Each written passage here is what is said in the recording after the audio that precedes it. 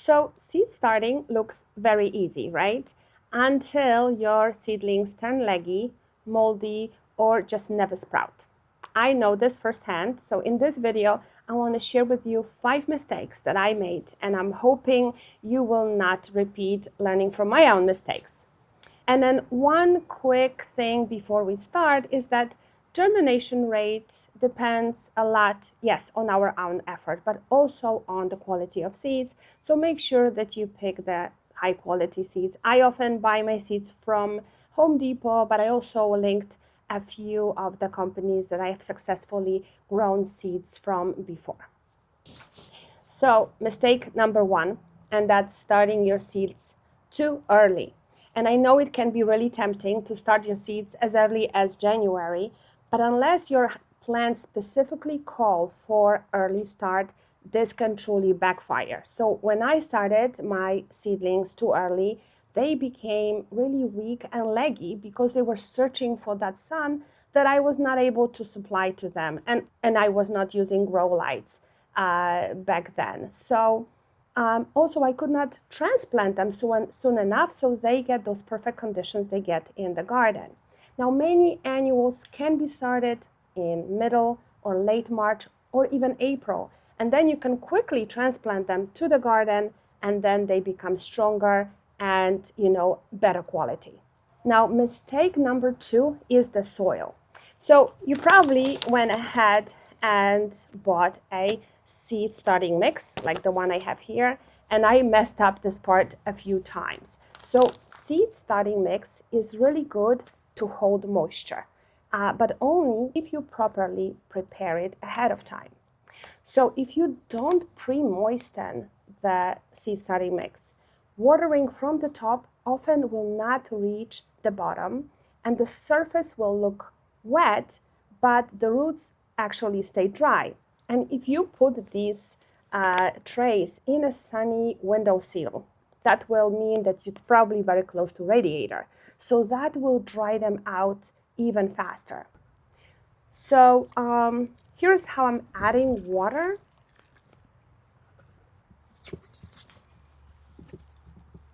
So once you add water to your mix, you really need to see that it's nicely moist, but not soggy.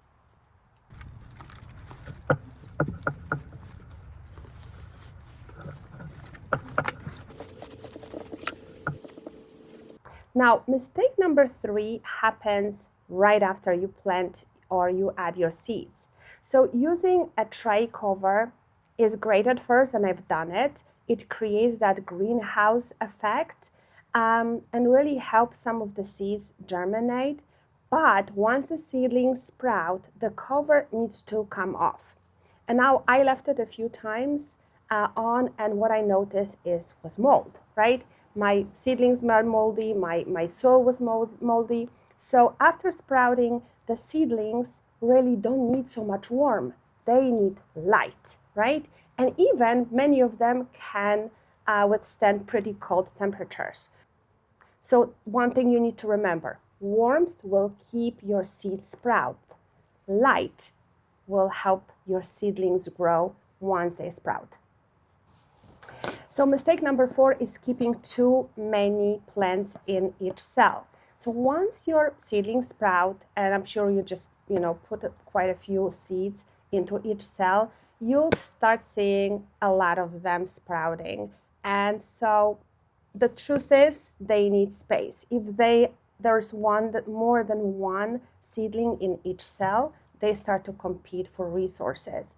And so I know at the very beginning, I felt like a bad parent pulling some of the smaller ones and really letting just one plant stay in each cell. But really, if you want to avoid constantly replanting your seedlings into larger pots, just get rid of the smaller seedlings, keep one plant per cell, and you can actually successfully keep your plant until it's transplanted in the original tray you planted them in. And then finally, my mistake number 5 was waiting too long to plant my seedlings out.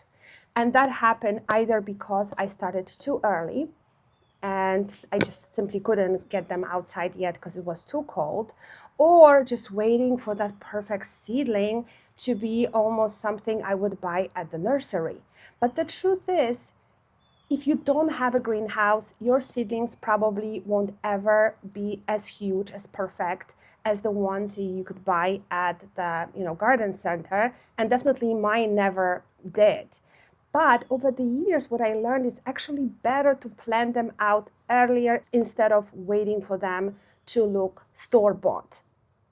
And once they're in the ground with real sun, cooler air, and room for their roots, they grow faster and stronger, and than they would ever indoors.